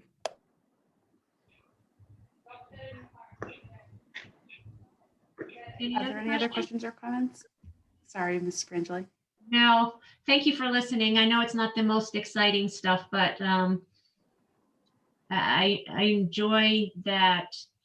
I enjoy talking about it, and I just feel very important about being transparent with the community to make sure they understand that we're not just making this stuff up. There's a method to the madness, and this is how we get our information. Well, once again, thank you, Mrs. Perangeli. Thank you. The next item on the agenda under new business is the capital improvement update. Is that you again, Mrs. Perangeli? She's on a roll. Already? All right, well, I'm sharing that. Let's see if I can do this twice in a row. Okay, yeah, here we go. Okay. So we have a 5-year capital improvement plan. I like to look at it and update it annually. I think it's very important to start taking a look at the needs of our schools on an annual basis, what we need to improve on, what we can work on, and what we need to fix. So as we work through, as you can see, Park Ave really is non-existent. It's still a new building. We shouldn't have any capital items coming up there. So you don't see anything for there. We are starting to address the middle school. Believe it or not, that building opened in 2005. So we are 16 years into that building, and we're starting to see items that need repair and that need to be added to our list. So I've added on the schedule down here, we'll look, some building upgrades, some mechanical equipment upgrades, and some new classroom shades. The principal has stated that many of them don't move anymore. They're broken, they're ripped, they're falling. So that would be a capital expense. And we're also looking at repairing some of our rooftop units. We still have the old units where you have to go up with a little handheld device and hook up to the unit directly to see if something's wrong, working, needs adjustments. So as you can see with the snow outside, and when you have 1.5 feet or 2 feet of snow on the roof, the custodians, it's difficult to go up there. The systems nowadays are designed, they're all computer based. So everything just talks through networking, so they can control their units and the temperatures and adjust them internally, but we still can't do that in the middle school. So we would be looking to just upgrade and add some networking capabilities to that system. Phone system upgrade, we are looking to update that. That system is outdated and old. And actually that is something we are looking to do this year with our COVID money from the town. It falls into that because we can utilize this with hybrid teachers working from home, getting information. The systems that we have now can leave individual voicemails and go to your email. So there's better communication. It will help with that. It'll also integrate with our phone systems that we have at the high school in the admin offices that were upgraded 2 years ago when we moved in. Another spot we're looking at is our parking lots and sealing. We need to get into a better habit of making sure we are maintaining these annually by sealing. So I've been in contact with the highway department and looking at getting on an annual program where they can come in and seal any cracks before they become problems. But we've already seen some big areas at the parking lot that could use some paving and some upgrading, and typically the town highway department has done that work for us. So really all we're paying for is material. They come in and do the labor. So we see some real savings there. An area that we're looking at, which I'll talk a little bit more, I might take this one off depending on how things go, is lighting. Lighting has changed a lot over the years, and we're looking to update to LED lighting, which you would see some cost savings there. And then the last one is window replacement, which I actually made them go back and look it up again because I didn't believe it. But the windows only have a warranty of 10 years in the new building. So we're already at 16 years. Many of the buildings have lost their seals in them. So they're fogged up and you lose air through them already. So the framing and everything is good, but all the seals are cracked. So we would have to replace the glass in them. So that is just a ballpark to start replacing some. I don't even know what we could accomplish with that. But if we could start replacing the ones that are broken, that would be helpful. So that's it for the middle school. And the high school really hasn't changed much. I did take off some money from the athletic upgrades from last year because we did accomplish the tennis courts. That was on there, so I took that money off. Pretty much everything else is there. I factored in, I believe, a 3% increase just for changes. And like I said, this year, A lot of this information came from Dora and Whittier years ago when they were doing an initial assessment for us. And so what has been done over here is just a percentage added on every year for inflation and increasing. I think we haven't touched it because we are looking at our Bartlett project. We're handling some of the smaller things or the things that we need to get done. But I think depending on how our Bartlett project goes, if for some reason we don't move forward with that, we need to definitely have this taken a hard look at, gone through the numbers, really updated, and then we need to start being aggressive as to how we attack some of these problems, because we're going to have some serious problems with our mechanical and our plumbing if this project doesn't go through, and we're going to have to take a hard look at getting those things accomplished. Whereas if we get them done through the project, we're getting reimbursed at 76.8%. If we were to do them on our own, we're paying 100% of that ticket. So it doesn't make any sense to go through and start tackling these items when it's going to cost us 100%. If they were tied into the project part of that renovation, we're getting reimbursed 76% of the cost. So there's some big savings to have there. But overall, we're looking at, you can see the summaries below of the buildings for our total costs, 16,654,000. Overall, high priority 6 million and medium priority is 10 million. And again, you know, I question these high school numbers. I would think over the years that a lot of these might even be higher.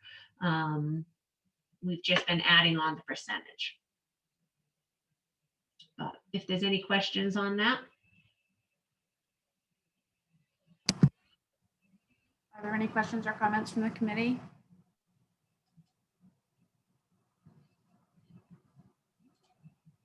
Hearing none. So I would be looking for your approval to forward this to the town hall for an update on our capital improvement annual update. Mo, what would you be looking for a motion? A motion to approve your update? Yep, that would Okay. be great. Thank you. So I will entertain a motion to approve the capital improvement update as presented. So moved. Second. There's a motion and a second. Lori, would you poll the committee, please?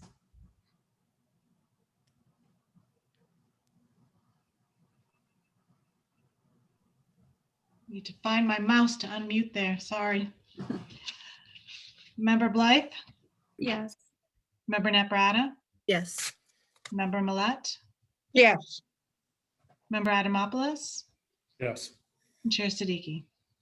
Yes. The motion passes unanimously. Thank you, Mrs. Perangeli. I think you might be up again. The next item on the agenda is the Green Communities Grant, the lighting project application for Webster Middle School. Correct, thank you. And this ties into my capital plan where we were looking at the lighting project. Webster is a green communities, and that is how we've got our one boiler upgraded, if you remember a year ago. They come in and they will give communities grants for $100,000. Webster is eligible, I believe, for 2 of those grants, 2 $100,000 grants, and they prioritize and they look at projects throughout the town where they can see the most savings through their green initiative. And one of the projects that they were looking at is upgrading our Webster Middle School to LED lighting. So they came out a week ago, they took a look at the project and walked through our building. It is going to be over $150,000, they estimate, to complete the whole building. So they wouldn't be able to come in and retrofit everything, but they do think that we would definitely be eligible for $100,000 to forward on behalf of the town and the school to replace LED lighting in all the high areas, you know, your big areas, your gyms, your cafeterias, auditoriums in the middle school. And this would be a grant. So I have the town administrator asked if I was definitely interested in applying. I said, absolutely, we won't hesitate in that. I spoke with them. I spoke with Guardian, who is the company that came out and gave us the assessment. He is going to review the application with me, and it will be submitted on behalf of the town by April. So if anything, this would be a summer project. And then we could look at, upgrading the remainder maybe in the next go around of projects, but they're looking at that. The other projects that they were looking at is new control systems, which we talked about, which was the control units, being able to control your units on the rooftops, and weatherization of some of the buildings. But that's not just school department, that would be townwide, coming in, looking at applying insulation and things, tightening up buildings where they could save, kind of like what National Grid will do for you, the electric companies will do for you. They do that on a broader scale.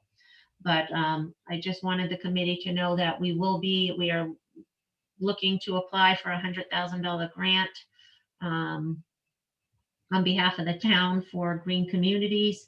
And that would really help us in upgrading a lot of the LED lighting in our middle school. Great. Well, certainly the LEDs will be much more efficient. Are you looking for a motion on this, Mrs. No, I Greenjoy? didn't need, no, I didn't need a motion. I just wanted to make sure that if you heard anything going on in town, you knew exactly what we were looking at as far as upgrading. Perfect. Yeah, if we can get help with those LED bulbs, it's definitely, those, they can be a big investment up front, but they pay for themselves. So to have help, it's all the better. Thank you Yeah, for and I always looking for, sorry, go ahead. No, I just wanted to thank the town administrator because he is usually on top of this stuff, and he, he lets Guardian go out and look at the community and looks for a way to save. So we appreciate that. Agreed. Thank you again. So the next item on the agenda, is there any questions or comments, by the way, from the committee about any of Mrs. Perangeli's presentation, most specifically the Green Communities Grant? Okay. So the next item on the agenda is a review, transfer, signing of bills, payroll, and vouchers. I see we have a warrant in our packet. Are there any questions from the committee about the warrant?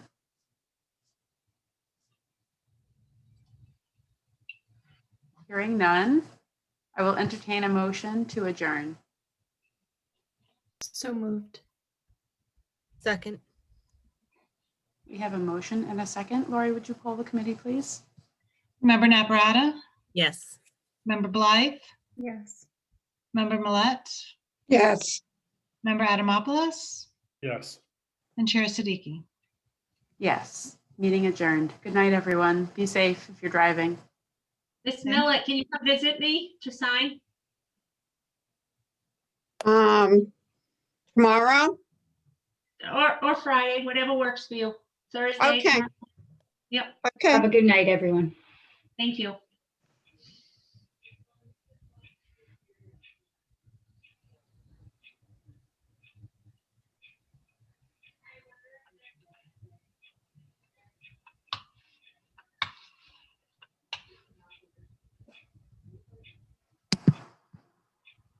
Gosh, that stuff is boring. I'm sorry, I bored you guys to death. I'm like, You're still recording. No, it wasn't boring. It was very well done.